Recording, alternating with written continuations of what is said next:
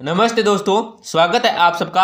आज की इस क्लास में हम देखेंगे न्यू राजस्थान जी के इतिहास से संबंधित महत्वपूर्ण प्रश्न जो चतुर्थ श्रेणी, जेल प्रहरी एवं राजस्थान सभी भर्ती परीक्षाओं के लिए बहुत ही महत्वपूर्ण है। आपका एक नंबर प्रश्न है, कालीबंगा कहाँ स्थित है। आपको इस प्रश्न में बताना है जो कालीबंगा है ये कहाँ पे स्थित है, आपको बताना है। तो इसमें जो आपका राइट आंसर होगा वो हो जाएगा ऑप्शन नंबर सी हो जाएगा। हनुमानगढ़ के अंदर क्या है, कालीबंगा वो स्थित है। कालीबंगा से संबंधित दो महत्वपूर्ण बातें हैं वो देख लेते हैं दोस्तों कि यह क्षेत्र क्या है, गंगा नदी के किनारे हनुमानगढ़ जिले में स्थित है। आपको इस बात को ध्यान रखना है कि यह गंगा नदी, ये क्षेत्र क्या कालीबंगा है वो गंगा नदी के किनारे है और हनुमानगढ़ जिले में स्थित है।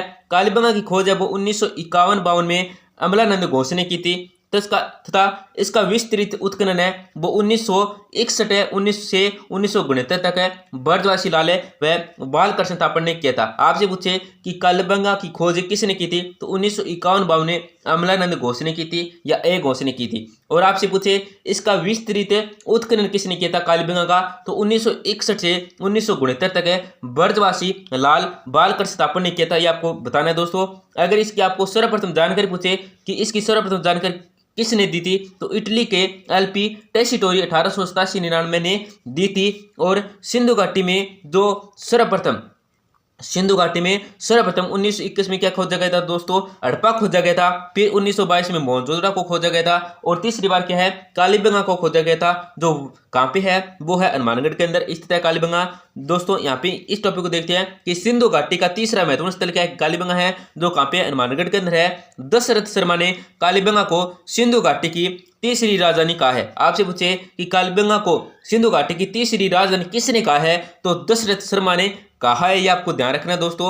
आपका प्रश्न क्या है, कालीबंगा की सभ्यता किस नदी के किनारे फैली थी। आपको इस प्रश्न में बताना है कि कालीबंगा की जो सभ्यता है ये कौन सी नदी के किनारे फैली थी, आपको बताना है। तो आपको क्वेश्चन ए हो जाएगा माही, बी सरस्वती, सी बेड़च और डी है आहड़ नदी। तो इसमें जो आपका राइट आंसर होगा वो हो जाएगा ऑप्शन नंबर बी हो जाएगा, सरस्वती नदी के किनारे फैली थी। गंगा नदी का उपनाम मानो या गंगा नदी का दूसरा नाम मानो क्या है, सरस्वती नदी है। दस द्रवती क्या है, गंगा नदी को कहते हैं। ये भी आपको ध्यान रखना है। आपका प्रश्न क्या है, निम्न में से कौन सा शब्द युग्म सही नहीं है। आपको इस प्रश्न में बताना है कि इन चार ऑप्शन में ऐसा कौन सा ऑप्शन है जो क्या है सही से सुमिलित नहीं है। तो आपको सुनिए कालीबंगा श्री गंगानगर, बी आहड़ उदयपुर, सी सुनारी सीकर और डी है गणेश्वर सीकर। तो इसमें आपका राइट आंसर होगा वो हो जाएगा ऑप्शन नंबर ए हो जाएगा, कालीबंगा श्रीनगर श्री गंगानगर। ये क्या है, सही से सुमिलित नहीं है, क्योंकि कालीबंगा है वो हनुमानगढ़ के अंदर स्थित है, श्री गंगानगर के अंदर नहीं है। तो ये क्या है, सही से सुमिलित नहीं है। अगर यहाँ पे कालीबंगा की जगह हनुमानगढ़ होता तो सही होता। तो इसमें आपका राइट आंसर होगा वो जो ऑप्शन नंबर ए। तो दोस्तों क्लास को आगे बढ़ने से पहले आपसे एक छोटी सी गुजारिश करेंगे, बिल्कुल छोटी सी गुजारिश है, क्लास को लाइक और चैनल को सब्सक्राइब कर दीजिए, जिससे कि आप रोजाना टॉप राजस्थान जीके की क्लास के साथ क्या है क्यूज मिलेगी। और क्या दोस्तों हम क्या है न्यू राजस्थान जीके की ट्यूशन भी करते हैं और क्लास भी करते हैं। और दूसरी क्लास क्या है, हम जिलों से के वाइज करते हैं। जैसे एक क्लास हमने जयपुर जिलों से संबंधित दो महत्वपूर्ण प्रश्न वो कर दिया है, और दो पार्ट नंबर उसका 2 भी आएगा, वो भी आप देख सकते हैं दोस्तों।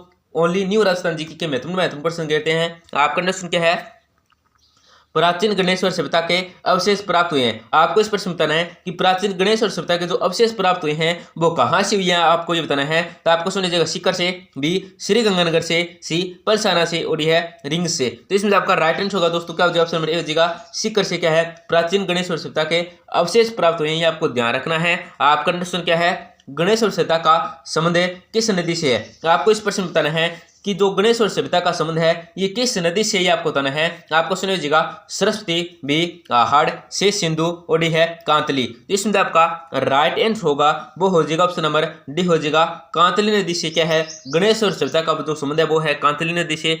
दोस्तों आपका नेक्स्ट क्वेश्चन क्या है, गणेश्वर सभ्यता के अवशेष है जिन्हें उपस्थित है। आपको इस प्रश्न बताना है कि गणेश्वर सभ्यता के जो अवशेष है वो चिन्ह हैं, गणेश्वर सभ्यता के अवशेष चिन्ह हैं वो उपस्थित कहाँ पे किस क्षेत्र में ही आपको बताना है। तो आपको सुनिए जगह भीलवाड़ा में, बी है हनुमानगढ़ में, सी है सीकर में और डी है उदयपुर में। तो इसमें आपका राइट आंसर होगा वो हो जाएगा ऑप्शन नंबर सी हो जाएगा, सीकर में क्या है गणेश्वर सभ्यता के अवशेष है वो चिन्ह उपस्थित है। आपका दोस्तों गणेश्वर सभ्यता से संबंधित जो कुछ टॉपिक है वो देख लेते हैं। तो कांतली नदी मतलब सीकर आएगा, नेम का थाना नहीं आएगा, यहाँ पे क्या आएगा सीकर आएगा। कांतली नदी सीकर के अंदर स्थित है। इस सभ्यता की खोज है वो 1972 में रतन चंद्र अग्रवाल ने की व इसका उत्खनन 1978 में रतन चंद्र अग्रवाल व विजय कुमार ने किया। दोस्तों गणेश्वर सभ्यता की खोज है वो 1972 के अंदर रतन चंद्र अग्रवाल ने किया थी। अगर आपसे गणेश्वर सभ्यता की खोज पूछे, मतलब गणेश्वर सभ्यता की खोज किसने की थी, तो 1972 के अंदर रतन चंद्र अग्रवाल ने की थी, आपको बताना है। और इसका उत्खनन पूछे, गणेश्वर सभ्यता का उत्खनन किसने किया था, तो 1978 में रतन चंद्र अग्रवाल व विजय कुमार ने किया था। गणेश्वर को क्या है, ताम्र सभ्यता की जननी कहा जाता है। दोस्तों ये भी आपको ध्यान रखना है, गणेश्वर को ताम्र सभ्यता की जननी कहा जाता है। आगे कुछ और देख लेते हैं दोस्तों। नेक्स्ट प्रश्न क्या आपका कि आहड़ का प्राचीन नाम था। आपको इस प्रश्न में बताना है कि आहड़ का जो प्राचीन नाम था वो क्या था, आपको बताना है। तो आपको सुनिएगा, ताम्रवती नगरी, बी अदातपुर, सी धूलकोट और डी बेराट। तो इसमें आपका राइट आंसर होगा वो ऑप्शन ए हो जाएगा, ताम्रवती नगरी। दोस्तों आहड़ का प्राचीन नाम तो था ताम्रवती नगरी, परंतु आहड़ को आदातपुर भी कहते हैं, धूलकोट भी कहते हैं, ये आपको ध्यान रखना है। और बनास सभ्यता भी कहते हैं। आहड़ सभ्यता या आहड़ का जो प्राचीन नाम पूछे आपसे तो बताना है ताम्रवती नगरी, परंतु आहड़ को क्या है, ताम्रवती नगरी भी कहते हैं, आदातपुर भी कहते हैं, धूलकोट भी कहते हैं और बनास सभ्यता भी कहते हैं, ये आपको ध्यान रखना है। इसके अंदर जो आपका राइट आंसर होगा वो हो जाएगा ऑप्शन में हो जाएगा, ताम्रवती नगरी कहते हैं। आहड़ का जो प्राचीन नाम था वो था ताम्रवती नगरी। आपका नेक्स्ट क्या है, यहाँ से कुछ महत्वपूर्ण बातें देख लें। तो दोस्तों आहड़ सभ्यता से आहड़ में मेवाड़ के महाराणाओं का दाह संस्कार होता था। इसे महासतियों का टीला भी कहते हैं। दोस्तों आपसे पूछे कि महासतियों का टीला किसे कहते हैं, तो आहड़ सभ्यता को कहते हैं। बहुत ही महत्वपूर्ण प्रश्न है। ऐसे प्रश्न क्या है, बार बार पूछे जाते हैं दोस्तों कि महासतियों का टीला किसे कह देते हैं, तो आहड़ सभ्यता को कहते हैं। शिलालेखों में आहड़ का प्राचीन नाम ताम्रवती मिलता है। दोस्तों मैंने पिछले प्रश्न में बताया था कि आहड़ का प्राचीन नाम क्या है, ताम्रवती मिलता है। लेकिन 10वीं और 11वीं शताब्दी में क्या इसे आदातपुर नाम से भी जाना जाता है।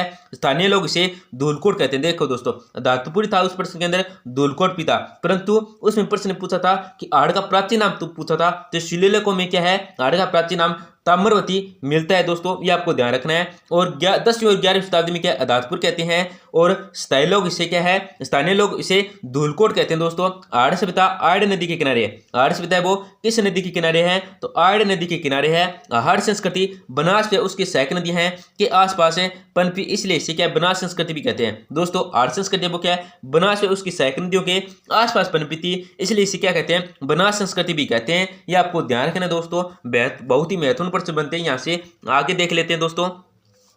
आहड़ की खोज है वो किसने की थी, तो 1953 में अक्षय कीर्ति व्यास, 1956 आर.सी. अग्रवाल ने तथा विस्तृत उत्खनन है वो 1961-62 में हंसमुख धीरजल लाल सांकलिया V.N. मिश्र ने किया था। आहड़ से पाषाण ताम्र तथा लोहा युगीन अवशेष मिले हैं। आहड़ से क्या है, पाषाण ताम्र और तथा लोहा युगीन अवशेष मिले हैं। दोस्तों इस सभ्यता का समय 18 ईसा पूर्व से क्या है, 1200 ईसा पूर्व है। इस सभ्यता का अब से समय पूछे तो वो है 18 ईसा पूर्व से क्या है, 1200 ईसा पूर्व है। गोपीनाथ शर्मा ने इस सभ्यता का समय 1900 से 1200 ईसा बताया। आपसे पूछे कि आहड़ का जो गोपीनाथ शर्मा ने समय बताया था वो कितना बताया था, तो 1900 से क्या है, 1200 ईसा बताया था। बड़े अनाज रखने के मृत भांडों का स्थानीय भाषा में गोरे व कोट कहते हैं। दोस्तों आपसे पूछे कि आहड़ सभ्यता में रखे जाने वाले अनाज रखने वाले जो मृत भांडों को स्थानीय भाषा में क्या कहते हैं, तो गोरे व कोट कहते हैं। ये आपको ध्यान रखना है दोस्तों। आपका नेक्स्ट क्वेश्चन क्या है, झाड़साई सिक्का कौन सी रियासत में प्रचलित था। आपको इस प्रश्न में बताना है कि झाड़साई सिक्का है ये कौन सी रियासत में प्रचलित है, ये आपको बताना है। आपको सुनिएगा, जोधपुर, बी कोटा, सी मेवाड़ और डी है जयपुर। तो इसके अंदर जो आपका राइट आंसर होगा वो ऑप्शन नंबर डी हो जाएगा। जयपुर के अंदर क्या है, झाड़साई सिक्का है वो प्रचलित है। दोस्तों आपका नेक्स्ट क्या है, रूपायन संस्थान जोधपुर का मुख्य कार्य है। आपको इस प्रश्न में बताना है ये जो रूपायन संस्थान है जोधपुर का जो मुख्य कार्य है वो क्या है, आपको बताना है। आपका क्वेश्चन ए हो जाएगा, बाल विकास, बी नारी विकास, से राजस्थानी कला का संकलन और डी क्या है, ग्राम उत्थान। जिसमें आपका राइट आंसर होगा वो हो जाएगा ऑप्शन नंबर सी हो जाएगा, राजस्थानी कला का संकलन। आपका नेक्स्ट क्या है, बड़वा ग्राम कोटा से कितने मोखरियु पे अभिलेख प्राप्त हुए हैं। आपको इस प्रश्न बताना है कि बड़वा ग्राम कोटा से जो मोखरियु अभिलेख प्राप्त हुए हैं ये कितने अभिलेख प्राप्त हुए हैं, आपको बताना है। तो आपको सुनिएगा 5, बी 4, C 3 और डी है 7। इसके अंदर जो आपका राइट आंसर होगा वो हो जाएगा ऑप्शन नंबर सी हो जाएगा 3 मुख्य रूप क्या है दोस्तों अभिलेख प्राप्त हुए हैं बड़वा ग्राम कोटा से। आपका नेक्स्ट क्वेश्चन क्या है, कालीबंगा का शाब्दिक अर्थ है। आपको इस प्रश्न में बताना है कि कालीबंगा का जो शाब्दिक अर्थ है ये क्या आपको बताना है। तो आपको सुन लीजिएगा, काला पत्थर, बी काली चूड़ियां, सी जूता व कैद, और डी है उपरोक्त सभी। तो इसमें जो आपका राइट आंसर होगा वो हो जाएगा ऑप्शन नंबर बी हो जाएगा, काली चूड़ियां हैं। कालीबंगा का जो शाब्दिक अर्थ है वो क्या है दोस्तों, काली चूड़ियां हैं। आपका नेक्स्ट क्वेश्चन क्या है, किस शिलालेख में चौहानों का वत्स गोत्र ब्राह्मण कहा गया है। आपको इस प्रश्न में बताना है कि कौन से शिलालेख के अंदर चौहानों को क्या है वत्स गोत्र ब्राह्मण कहा गया है। तो आपको सुनिएगा, चिरवा शिलालेख, बी बिजोलिया शिलालेख, सी श्रृंग ऋषि का शिलालेख, और डी है अपराजित का शिलालेख। इसमें जो आपका राइट आंसर होगा वो हो जाएगा ऑप्शन नंबर बी हो जाएगा, बिजोलिया शिलालेख के अंदर क्या है कि चौहानों को वत्स गोत्र ब्राह्मण कहा गया। दोस्तों ये आपको ध्यान रखना है। आपका नेक्स्ट क्वेश्चन क्या है, आर्य सभ्यता के लोग किस खाद्य पदार्थ से अच्छी प्रकार परिचित थे। आपको इस प्रश्न में बताना है कि आर्य सभ्यता के जो लोग थे वो कौन सी खाद्य पदार्थ से क्या थे, अच्छी प्रकार से परिचित थे। तो आपको सुनिएगा, गेहूं, बी चावल, से मक्का, और डी है बाजरा। इसमें जो आपका राइट आंसर होगा वो हो जाएगा ऑप्शन बी हो जाएगा, चावल से। आपका क्वेश्चन क्या है, अंग्रेजों के समय में राजस्थान को किस नाम से जाना जाता था। आपको इस प्रश्न बताना है कि अंग्रेजों के समय जब राजस्थान को जाना जाता था वो किस नाम से जाना जाता था, ये आपको बताना है। आपका ऑप्शन ए हो जाएगा मेवाड़, बी मारवाड़, सी आमेर, और डी है राजपुताना। इसमें जो आपका राइट आंसर होगा वो हो जाएगा ऑप्शन नंबर डी हो जाएगा, राजपुताना के नाम से जाना जाता था अंग्रेजों के समय राजस्थान को। आपका नेक्स्ट क्वेश्चन क्या है, आज के राजस्थान को दोस्तों इसमें क्या है कि वर्तमान आएगा, यहाँ पे आज नहीं का, वर्तमान के समय में राजस्थान को 19वीं सदी में राजपुताना नाम किसने दिया था।